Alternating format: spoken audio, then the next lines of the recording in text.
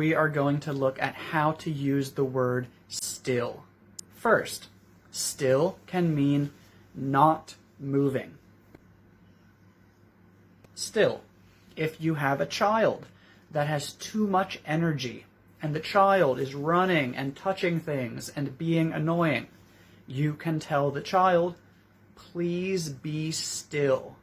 Please be still means stop moving, calm down, relax. Please be still.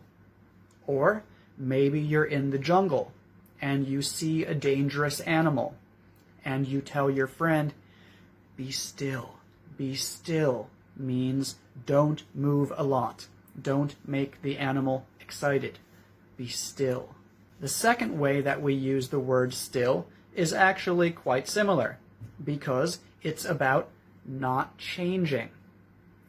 For example, I still love you. I still love you means I loved you in the past and I love you now. Nothing has changed. That example is present simple tense, but we can use still with every tense. I'm not going to do every tense in this video, but let's look at a few more. I am still speaking. Present continuous. That means I started speaking in the past and I'm speaking now. It hasn't stopped. I am still speaking. Future tense. Even if it rains, I will still go to the party. Still shows that the rain is not going to affect my plans. My plans will continue. They will stay the same, even if it rains. Even if it rains, I will still go. Present perfect.